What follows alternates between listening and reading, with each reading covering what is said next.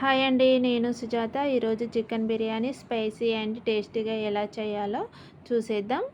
ముందుగా చికెన్లోకి కావాల్సినవి నేను కిలోన్నర చికెన్ తీసుకుంటున్నాను.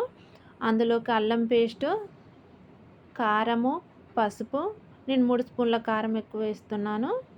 ఉప్పు కొంచెమే వేస్తున్నాను. మనం రైస్ ఉడికేటప్పుడు అందులో కొంచెం వేస్తాం కాబట్టి. ఇది Everest chicken biryani masala, home made garam masala, కొంచెం కస్తూరి మెంతిని క్రష్ చేసి వేసుకోవాలి. 3-4 స్పూన్ల పెరుగు, నిమ్మరసం ఉంటే నిమ్మరసం కూడా వేసుకోవచ్చు. నేను వేయట్లేను. ఇదంతా కూడా ఈ మసాలాలో ముక్కలకు పట్టేటట్టు మనం మంచిగా కలుపుకొని ఒక పావుగంట పాటు మనం పక్కన పెట్టుకోవాలి. ఈ లోపల మనము రైస్ను కూడా ఒక 10 నిమిషాలు నానబెట్టుకోవాలి. ముందుగా గిన్నె పెట్టుకొని కొంచెం ఆయిల్ వేసి ఆయిల్ వేడెక్కిన తర్వాత ఫ్రైడ్ ఆనియన్స్ను వేయించి పక్కన పెట్టుకోవాలి గార్నిష్ కోసం.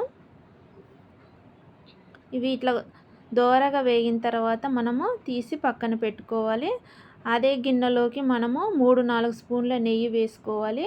మొత్తం నెయ్యితో చేసుకున్న చాలా టేస్టీగా ఉంటుంది. ఇది ఇంట్లో చేసిన నెయ్యినే. మనం అందులోకి బిర్యానీ మసాలాలు వేసుకొని ఉల్లిపాయ, పచ్చిమిర్చి, ఆ క్లిప్ మిస్ అయిందండి. పచ్చిమిర్చి, ఉల్లిపాయ, బగారాకు, బిర్యానీ ఆకు వేసుకొని కొంచెం పుదీనా వేసుకొని ఒకసారి కలుపుకోవాలి. అది కొంచెం మగ్గిన తర్వాత మనం ముందుగా కలిపి పెట్టుకున్న చికెన్ని వేసి మనము సిమ్లోనే పెట్టి మంచిగా మగ్గనిచ్చుకోవాలి. ఇది మగ్గే లోపల మనం ఇంకో పొయ్యి మీద రైస్ను ఉడికించుకోవాలి. నేను కిలోన్నర చికెన్కి కిలో-పావు రైస్ తీసుకున్నాను. 10 నిమిషాల పాటు నానబెట్టుకోవాలి.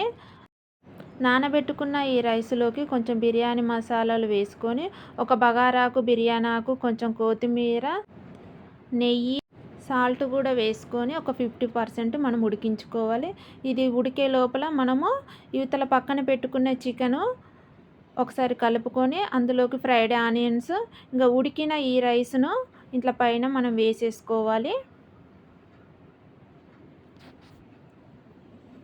ఇలా మొత్తం వేసుకొని మనం మూత పెట్టుకొని ఒక పావుగంట పాటు మనం మగ్గనిచ్చుకోవాలి ఆవిరిపోకుండా.